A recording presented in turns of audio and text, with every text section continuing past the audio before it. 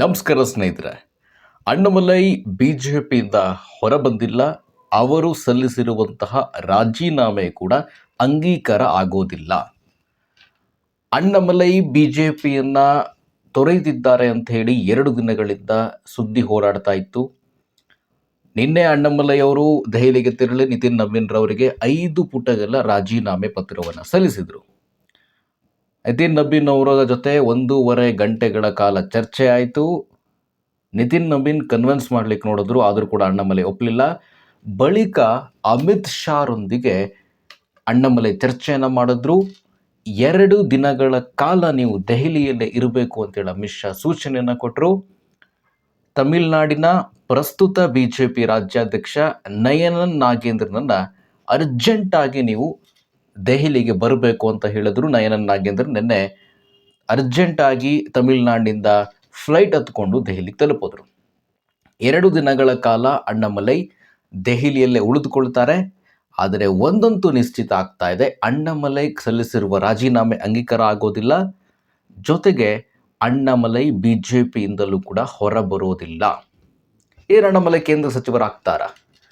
2024ರಲ್ಲಿ 3ನೇ ಬಾರಿ ನರೇಂದ್ರ ಮೋದಿಯವರು ಪ್ರಧಾನಿ ಆದಂಥ ಸಂದರ್ಭದಲ್ಲಿ ಅಣ್ಣಾಮಲೈರವರಿಗೆ ಮಂತ್ರಿ ಆಗುವಂತಹ ಚಾನ್ಸಸ್ ಕ್ರಿಯೇಟ್ ಆಗಿತ್ತು.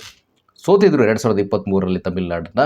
ಆದರೂ ಕೂಡ ಅವರಿಗೆ ಮಂತ್ರಿ ಪಟ್ಟ ಕೊಡುವಂಥದ್ದಕ್ಕೆ ಎಲ್ಲ ಸಿದ್ಧತೆ ನಡೆದಿತ್ತು. ಆದರೆ ಅಣ್ಣಾಮಲೈ ಅದನ್ನು ತಿರಸ್ಕರಿಸಿದ್ರು, ನಾನು ರಾಜ್ಯದಲ್ಲೇ ಇರ್ತೀನಿ ಅಂತ. ತಮಿಳುನಾಡಿನ ರಾಜಕೀಯ ಬೆಳವಣಿಗೆ ಏನೇನಾಗಿದೆ ಅನ್ನೋದನ್ನು ನೀವೇ ಗಮನಿಸಿದ್ರಿ. ಬಹುತೇಕವಾಗಿ ಅಣ್ಣಾಮಲೈರನ್ನ ರಾಜ್ಯಸಭೆಗೆ ಕರೆದುಕೊಂಡು ಬಂದು, ಬೇರೆ ರಾಜ್ಯದಿಂದ ರಾಜ್ಯಸಭೆಗೆ ಆಯ್ಕೆ ಮಾಡಿಕೊಂಡು ಬಂದು ಅವರಿಗೆ ಕೇಂದ್ರ ಸಚಿವ ಸ್ಥಾನವನ್ನು ಕೊಡುವಂತಹ ಸಾಧ್ಯತೆ ಇದೆ ಅಂತ ಹೇಳಿ ಸುದ್ದಿಗಳು ಬರ್ತಾ ಇದೆ. ಇದಕ್ಕೆ ಅಣ್ಣಾಮಲೈ ಒಪ್ತಾರಾ ಗೊತ್ತಿಲ್ಲ. ಆದರೆ ಅಣ್ಣಾಮಲೈ ಅವರಿಗೆ ತಮಿಳುನಾಡಿನಲ್ಲೇ ವಿಜಯ್ ಅವರ ವಿರುದ್ಧ ಒಂದು ಆ್ಯಂಟಿ ಫೋರ್ಸ್ ಆಗಿ ಕೆಲಸ ಮಾಡಬೇಕಾಗಿದೆ. ಆದರೆ ಅದು ಬಿಜೆಪಿಯಲ್ಲಿ ಇದ್ದರೆ ಸಾಧ್ಯ ಆಗೋದಿಲ್ಲ ಅಂತ ಅಣ್ಣಾಮಲೈ ಅವರಿಗೆ ಖಾತ್ರಿ ಆಗಿದೆ. 2021 ಅಣ್ಣಾಮಲೈ ಬಿಜೆಪಿ ರಾಜ್ಯಾಧ್ಯಕ್ಷರಾಗಿದ್ದರು. ಚುನಾವಣೆಗೆ ಸ್ಪರ್ಧೆ ಮಾಡಿದ್ರು, ಸೋತರು. 4 ಸ್ಥಾನಗಳು ತಮಿಳುನಾಡಲ್ಲಿ ಬಿಜೆಪಿ ಪಡೆದುಕೊಳ್ತು. AIADMKಯ ಸಹವಾಸವೇ ಬೇಡ ಅಂತ ಅಣ್ಣಾಮಲೈ ಕೇಂದ್ರದ ನಾಯಕರಿಗೆ ಮನವೊಲಿಸೋ ಪ್ರಯತ್ನ ಮಾಡಿದ್ರು. ಅದರಲ್ಲಿ ಯಶಸ್ವಿಯನ್ನು ಕೂಡ ಆದರೂ ಒಂದು ಸುಗಮವಾದ ದಾರಿಯಲ್ಲಿ ಬರ್ತಾಯಿದ್ರು. 10 ಅಲ್ಲ 15 ವರ್ಷನೂ ಆಗಲಿ, ನಾನು ಬಿಜೆಪಿಯ ತಮಿಳುನಾಡಲ್ಲಿ ಏಕಾಂಗಿಯಾಗಿ ಅಧಿಕಾರಕ್ಕೆ ತರ್ತೀನಿ. ಕೆಲವೊಂದು ಸಲ ಕೆಲವು ನಿರ್ಧಾರಗಳು, ಎಷ್ಟೇ ದೊಡ್ಡ ವ್ಯಕ್ತಿಗಳು, ಎಷ್ಟೇ ಚಾಣಾಕ್ಷರಾದರೂ ಕೂಡ ಕೆಲವು ನಿರ್ಧಾರಗಳು ಉಲ್ಟಾ ಹೊಡಿತವೆ. ಬಿಜೆಪಿ ಬೇರೆ ಎಲ್ಲ ರಾಜ್ಯಗಳಲ್ಲೂ ನಿರ್ಧಾರವನ್ನು ತೆಗೆದುಕೊಳ್ಳಬೇಕಾದ್ರೆ ತುಂಬ ಯೋಚನೆ ಮಾಡುತ್ತೆ. ಬಹುತೇಕ ಸರಿಯಾದ ನಿರ್ಧಾರವನ್ನೇ ಅಮಿತ್ ಶಾ ಅವರು ತೆಗೆದುಕೊಳ್ಳುತ್ತಾರೆ. ಆದರೆ ತಮಿಳುನಾಡಿನ ವಿಷಯದಲ್ಲಿ ಆರಂಭಿಕವಾಗಿ ಒಳ್ಳೆಯ ನಿರ್ಧಾರ ಅನ್ನಿಸಿದರೂ ಕೂಡ 24ರ ಲೋಕಸಭಾ ಚುನಾವಣೆಯಲ್ಲಿ AIADMK ಬಿಜೆಪಿ ಪ್ರತ್ಯೇಕವಾಗಿ ಸ್ಪರ್ಧೆ ಮಾಡೋದ್ರಿಂದಾಗಿ DMKಗೆ ಲಾಭ ಆಯಿತು. ಈ ಒಂದು ಕಾರಣದಿಂದಾಗಿ AIADMK ಒಂದಿಗೆ ಈ ಬಾರಿ ಮೈತ್ರಿ ಮಾಡಿಕೊಳ್ತು ಬಿಜೆಪಿ. 24ರಲ್ಲಿ ಬಿಜೆಪಿ 11.5% ವೋಟ್ ಶೇರನ್ನು, ಅಂದರೆ ಗಣನೀಯ ಪ್ರಮಾಣದಲ್ಲಿ ಅವರ ವೋಟ್ ಶೇರ್ ಇನ್ಕ್ರೀಸ್ ಆಗುತ್ತೆ. 19ರಲ್ಲಿ ಕೇವಲ 3.33% ಇದ್ದಂಥ ವೋಟ್ ಶೇರ್ 9ರಿಂದ 10% ಅವರ ವೋಟ್ ಶೇರ್ ಇನ್ಕ್ರೀಸ್ ಆಗುತ್ತೆ. 7ರಿಂದ 8% ಅವರ ವೋಟ್ ಶೇರ್ ಇನ್ಕ್ರೀಸ್ ಆಗುತ್ತೆ. ಹಾಗಾಗಿ ಅಣ್ಣಾಮಲೈ ಒಂದು ಒಳ್ಳೆಯ ಕ್ರಾಂತಿಯನ್ನು ಮೂಡಿಸ್ತಾರೆ ತಮಿಳುನಾಡಿನಲ್ಲಿ ಅನ್ನುವಂಥ ಚಿಂತನೆಗಳಿದ್ದ ಸಂದರ್ಭದಲ್ಲಿ AIADMK ಪುನಃ ಬಿಜೆಪಿಯೊಂದಿಗೆ ಮೈತ್ರಿ ಮಾಡಿಕೊಂಡಿದ್ದು ಅಣ್ಣಾಮಲೈಗೆ ಇಷ್ಟನೇ ಇರಲಿಲ್ಲ. ಅದು ಒಂದು ಭ್ರಷ್ಟರ ಪಾರ್ಟಿ ಅಂತೇಳಿ ಅಣ್ಣಾಮಲೈ ಯಾವಾಗಲೂ ವಾಗ್ದಾಳಿಯನ್ನು ನಡೆಸ್ತಾ ಇದ್ರು. ಆಯಿತು, ಮೈತ್ರಿ ಮಾಡಿಕೊಂಡಿದ್ರು, ಆಯಿತು. ಈ ಚುನಾವಣೆಯಲ್ಲಿ, ವಿಧಾನಸಭಾ ಚುನಾವಣೆಯಲ್ಲಿ ಬಿಜೆಪಿಗೆ ಕೊಟ್ಟಿರುವಂತಹ ಟಿಕೆಟ್ಗಳು, ಸ್ಥಾನಗಳನ್ನು ನೋಡ್ತಾ ಇದ್ದರೆ ಅಣ್ಣಾಮಲೈ ನಿಜಕ್ಕೂ ಕೂಡ ಕಂಗಾಲಾದರು. ಪತ್ರ ಬರೆದರು, ಯಾವುದೇ ಕಾರಣಕ್ಕೂ ಈ ಕ್ಷೇತ್ರಗಳಲ್ಲಿ ಬಿಜೆಪಿ ಗೆಲ್ಲಲು ಸಾಧ್ಯ ಇಲ್ಲ, ಸ್ವತಃ ನಾನೇ ಚುನಾವಣೆಗೆ ನಿಲ್ಲೋಲ್ಲ ಅಂತ. ಇದೆಲ್ಲ ಒಂದು ಕಡೆ ಆಯಿತು. ಹೈಕಮಾಂಡ್ ಒಪ್ಕೊಳ್ತು. ಪ್ರಚಾರಕರಾಗಿ ಕೂಡ ಕೆಲಸ ಮಾಡಿದ್ರು ಅಣ್ಣಾಮಲೈ. ಬಳಿಕ ಹೈಕಮಾಂಡ್ ನಿರ್ಲಕ್ಷ್ಯ ಮಾಡಿತು ಅಣ್ಣಾಮಲೈರನ್ನು. ಕೇಂದ್ರದ ರಾಜಕೀಯ ಕರೆದುಕೊಳ್ಳುವ ಅವಕಾಶ ಆಗಿತ್ತು.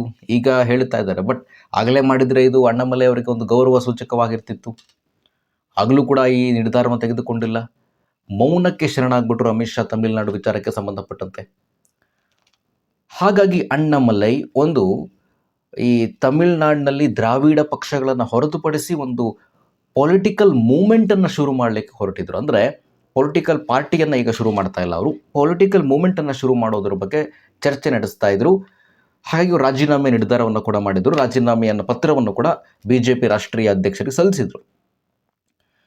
ಅಣ್ಣಾಮಲೈ ಈ ನಿರ್ಧಾರವನ್ನು ಯಾಕೆ ಮಾಡಿದ್ರು ಅನ್ನೋದ್ರ ಬಗ್ಗೆ ವಿಸ್ತೃತವಾಗಿ ಹೇಳಿಕೆ ಬೇಕಾಗಿಲ್ಲ. BJPಗೆ ತಮಿಳುನಾಡು ಗೆಲ್ಲೋದು ಬಹಳ ಕಷ್ಟ. ಈಗಿನ ತಮಿಳುನಾಡಿನ ರಾಜಕೀಯ ಸ್ಥಿತಿಗತಿಯನ್ನು ನೋಡ್ತಾ ಇದ್ರೆ ಯಾವುದೇ ಕಾರಣಕ್ಕೂ ಅಲ್ಲಿ ಹಳೆಯ ಪಕ್ಷಗಳು DMK, ADMK ಮತ್ತೊಮ್ಮೆ ಅಸ್ತಿತ್ವಕ್ಕೆ ಬರ್ತಾರೆ ಇರುವ ಪ್ರಶ್ನೆ ಎದುರಾಗುತ್ತೆ. ಅವೆಲ್ಲವೂ ಕೂಡ ವಿಜಯ್ ಅವರ ಈ 5 ವರ್ಷಗಳ ಆಡಳಿತದ ಮೇಲೆ ನಿಲ್ಲುತ್ತೆ. BJP ಏನಾದರೂ ಕೂಡ ಈ ಚುನಾವಣೆಯಲ್ಲಿ ಏಕಾಂಗಿಯಾಗಿ ಸ್ಪರ್ಧೆ ಮಾಡಿದರೆ ಸೆಕೆಂಡ್ ಫೋರ್ಸ್ ಆಗಾದರೂ BJP ಇರ್ತಿತ್ತು. AIADMK, DMK ಎರಡು ಭ್ರಷ್ಟ ಪಕ್ಷಗಳು ಅಂತ ಹೇಳಿ ಜನತೆಲ್ಲ ಹಾಕಿದ್ದಾರಲ್ಲಿ. ಮತ್ತೊಮ್ಮೆ ಅವರಿಗೆ ಅಧಿಕಾರ ಕೊಡ್ತಾರಾ ಇಲ್ವಾ? ಅದೇ 2031ರ ಚುನಾವಣೆಯಲ್ಲಿ ಆಲ್ಟರ್ನೆಟ್ ಆಗಿ ವಿಜಯ್ ಅವರ ಆಲ್ಟರ್ನೆಟ್ ಆಗಿ ಇರುವಂಥ ಪಕ್ಷ ಅಲ್ಲಿನ ಪ್ರಾದೇಶಿಕ ಪಕ್ಷವಾಗಿರಬೇಕು. ಅದು ಅಣ್ಣಾಮಲೈರವರ ಚಿಂತನೆಯಲ್ಲಿತ್ತು. ಅದೇ ರೀತಿಯಾದಂಥ ಕೆಲಸವನ್ನು ಕೂಡ ಅಣ್ಣಾಮಲೈ ಮಾಡ್ತಾ ಇದ್ರು. ಸದ್ಯಕ್ಕೆ ಎಲ್ಲಿಗೆ ಬಂದು ನಿಂತಿದೆ ಅಂದರೆ ಅಣ್ಣಾಮಲೈ ಇಂದು ಮತ್ತು ನಾಳೆ ದೆಹಲಿಯಲ್ಲೇ ಇರ್ತಾರೆ ಅಮಿತ್ ಶಾ ಅವರ ಸೂಚನೆಯ ಮೇರೆಗೆ. ತದನಂತರ ಈಗ ನಯನನ್ ನಾಗೇಂದ್ರನನ್ನು ಕೂಡ ಕರೆಸ್ಕೊಂಡಿರೋದ್ರಿಂದ ಇಬ್ಬರನ್ನ ಕೂರಿಸಿ ಅಮಿತ್ ಶಾ ಯಾವ ರೀತಿಯ ಚರ್ಚೆಯನ್ನು ಮಾಡ್ತಾರೆ ಅಂತ ಗೊತ್ತಿಲ್ಲ. ಇನ್ನು RSS ಕೂಡ ಬೇಸರವನ್ನು ವ್ಯಕ್ತಪಡಿಸ್ತಾ ಇದೆ. BJP ಲೀಡರ್ನ ತರಾಕಟೆಗೆ ತೆಗೆದುಕೊಳ್ತಾ ಇದೆ. BJP ನಾಯಕರನ್ನ RSS ಏನು ಮಾಡಿಟ್ರಿ ನೀವು ತಮಿಳುನಾಡು ವಿಚಾರಕ್ಕೆ ಸಂಬಂಧಪಟ್ಟಂತೆ? ಅಣ್ಣಾಮಲೈರನ್ನ ಪಕ್ಷದಿಂದ ಹೋಗುವಂತೆ ನೀವೇ ಕ್ರಿಯೇಟ್ ಮಾಡಿದಲ್ವಾ ಅಂತೇಳಿ RSS ಗುಡುಕ್ತಾ ಇದೆ BJPಯ ಮೇಲೆ. ಸ್ವಲ್ಪವೂ ಕೂಡ BJPಗೆ RSSಗೆ ಅಣ್ಣಾಮಲೈ BJPಯಿಂದ ದೂರ ಆಗೋದು ಸ್ವಲ್ಪನೂ ಇಷ್ಟ ಇಲ್ಲ. ಒಂದು ವೇಳೆ ಅಣ್ಣಾಮಲೈ BJPಯಿಂದ ತೊರೆದು ಹೊಸ ರಾಜಕೀಯ ಸಂಘಟನೆ ಶುರು ಮಾಡಿದ್ರೆ ಅದಕ್ಕೆ ನಮ್ಮ ಬೆಂಬಲ ಕೊಡ್ತೇವೆ ಅಂತೇಳಿ RSS ಕೂಡ ಹೇಳ್ತಾ ಇದೆಯಂತೆ. ಅಣ್ಣಾಮಲೈ BJPಯ ತತ್ವ ಸಿದ್ಧಾಂತಗಳ ವಿರುದ್ಧವಾಗಿ ಯಾವುದೋ ಮೂಮೆಂಟನ್ನು ಶುರು ಮಾಡಿರಲಿಕ್ಕಿಲ್ಲ. BJPಯ ಜೊತೆಗೆ ಹೋಗ್ತಾರೆ ಅವರು, ಬಟ್ ತಮಿಳುನಾಡಿಗೆ ಒಂದು ಪ್ರತ್ಯೇಕವಾಗಿ. ಒಟ್ಟಾರೆಯಾಗಿ ಅಣ್ಣಾಮಲೈ BJPಯಲ್ಲಿ ಇರ್ತಾರೆ. ರಾಜೀನಾಮೆ ಕೊಟ್ಟಿದ್ದಾರೆ, ಬಟ್ ಅದು ಅಂಗೀಕಾರ ಆಗೋದಿಲ್ಲ. ರಾಜೀನಾಮೆಯನ್ನು ವಾಪಸ್ ಪಡೆದುಕೊಳ್ಳುವಂಥ ಸಾಧ್ಯತೆ ಹೆಚ್ಚಾಗಿದೆ. ರಾಜ್ಯಸಭೆಗೆ ಬೇರೆ ರಾಜ್ಯದಿಂದ ರಾಜ್ಯಸಭೆಗೆ ಅವರನ್ನು ಆಯ್ಕೆ ಮಾಡಿ ಕೇಂದ್ರ ಸಚಿವರನ್ನಾಗಿ ಮಾಡುವಂಥ ಪ್ರಯತ್ನ ಕೂಡ BJPಯಿಂದ ನಡೀತಾ ಇದೆಯಂತೆ. ಅದಕ್ಕೆ ಅಣ್ಣಾಮಲೈ ಒಪ್ತಾರಾ ಅನ್ನುವಂಥದ್ದು ಈ ಯಕ್ಷ ಪ್ರಶ್ನೆ ಅಂತ ಹೇಳ್ತಾ ಇವತ್ತಿನ ಈ ಸಂಚಿಕೆ ಮುಗಿಸ್ತಾ ಇದ್ವಿ. ನಮಸ್ಕಾರ.